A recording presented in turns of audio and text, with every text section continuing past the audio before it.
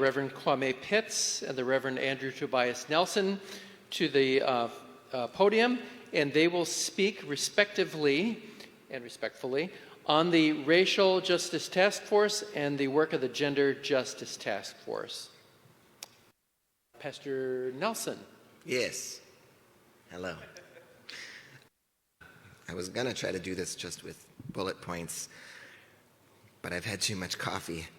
And you don't want to be here all day listening to me.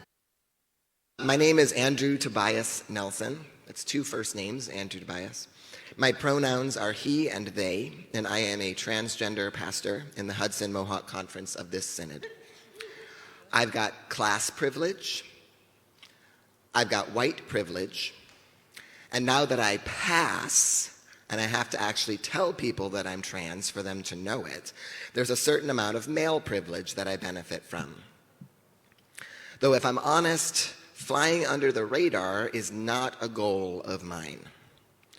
And I am very lucky to live in upstate New York, where currently, although it could change, I am legally safe to be out, and that's not the case everywhere. Being the new chair of the Gender Justice Task Force with a view from both sides of the gender binary, I came out as transgender in my 30s while I was in my first call. I currently work full-time in healthcare, so I see a lot of misogyny in my day-to-day, from the subtle to the outright violent. It has been 5 years since the ELCA declared patriarchy a sin. How are we doing with that, church? Has anybody heard lately, oh, we don't need another woman pastor at our church, we got enough women in leadership already? Because I know I've heard it. I don't know how many of you are on Instagram, TikTok, the social medias. We can't ignore them. How many of you seen the man versus bear question going around? Right? And if you don't know this question, when women are asked if they'd rather be alone in the woods with a man or with a bear, women overwhelmingly choose the bear. Because if the bear attacks me, at least I'll be believed. Because I won't have to sit at Thanksgiving dinner across from the bear. Because nobody's going to ask the bear what I was wearing. And yet, the number of men who are reacting to that whole conversation with #not all men, I'm one of the good guys, missing the point. When we should be listening to the very real experiences and concerns that are being raised by that question and by that conversation. #church2, anybody? And at the same time, there's more anti-LGBTQ legislation being raised across the country than ever before. And it may not be here in this state, but we see it. We watch it affect the conversations going on in our communities, in our schools. And that's got an impact that is exhausting. And while Disney princesses are still being celebrated, Drag Queen Story Hour is drawing threats of violence from community members who throw scripture around like weapons.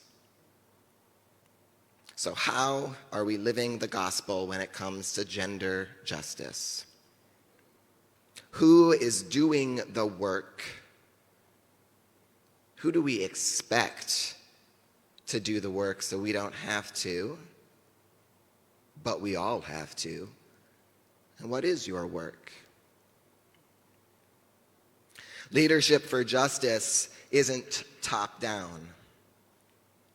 You shouldn't be waiting for a sermon to tell you to treat women like people, to listen to them when they talk about their pain, to believe them when they talk about their pain.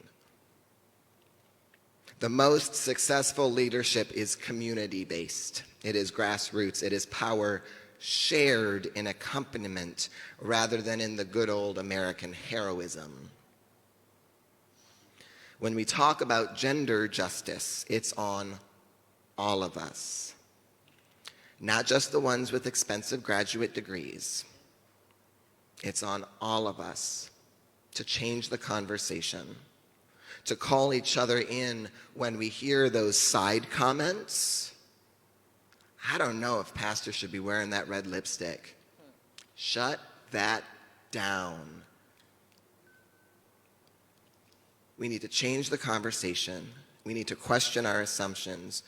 And we need those brave spaces to risk the conflict so that people of all genders are not only safe, but celebrated with us. So come to the table of justice and talk with us. We've got resources. We'd love to know what you're doing and to be able to support that and to find ways to lift each other up in that work.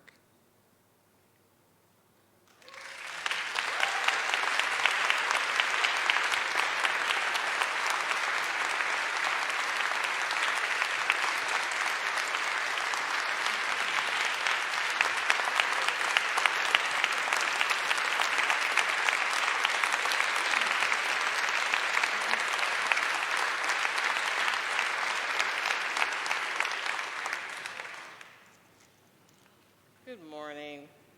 Good morning. It's important to hear how my beloved sibling. Can I take this off? Oh, great. Okay, that's better. It's important to hear how my beloved sibling and friend introduces themselves. It is important because how we introduce ourselves holds weight and carries us into rooms where sometimes we are not accepted for the leaders whom we are. So hear me when I say this. My name is the Reverend Kwame Pitts. My pronouns are she, her. I am a woman of African descent. Specifically, my roots begin from the Mandinka peoples of Senegal. I want to break down the word adaptive as it relates to leadership. The definition of the word adaptive, as parsed by Cambridge Dictionary, quote, having an ability to change suit to changing conditions, as in, quote, effective leaders need to be highly adaptive.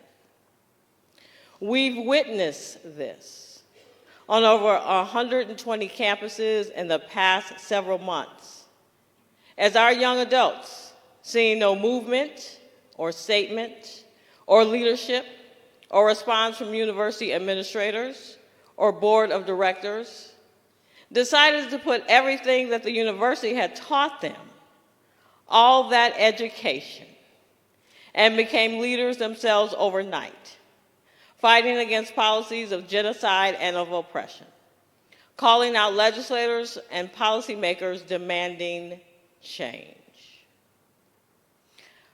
Our seminaries profess that they mold leaders ready to become leaders of our congregations and faith communities, and we pride ourselves at that. We pat ourselves on the back with that.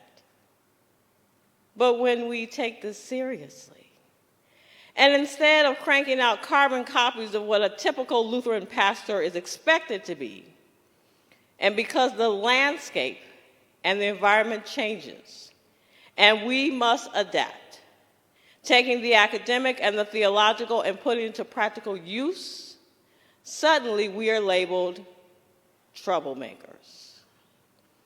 My fellow alums in Reverend Andrew and Jason Churchill and Josh Evans can testify to this. Because at the Lutheran School of Theology in Chicago, a little group called Seminarians for Justice was formed. And not in name only. We marched, protested, and pushed back against policies of systemic racism and oppressive violence, not only in seminary, but boldly in the cause that we serve. Another definition relating to the way in which a living thing changes slightly over time so it can continue to exist in a particular environment. Another definition of being adaptive. That hits home. Because for many of my colleagues of culture and language in this country called the United States, which technically should be known as Turtle Island. We have had to adapt to hostile and toxic situations in our cities, our neighborhoods, our workplaces, in polite society, and also in our churches. Because the church, capital C, expects us to assimilate instead of embracing us in our authentic selves. Because recognizing and being transparent that the church and the institution of the church has been in bed with the empire, allowing and co-signing onto racism inside our sacred walls. When we bring up racism, colonization, and oppressive violence, and that we expect as much as we have to be adaptive to a religion, for many of us who are of culture and language, that we've had to adapt to a religion that ancestrally, for many of us, was not our spiritual origin story. When we bring up historical and generational trauma due to systemic racism, and we demand that the church and its institution adapt to be audacious, suddenly there is silence.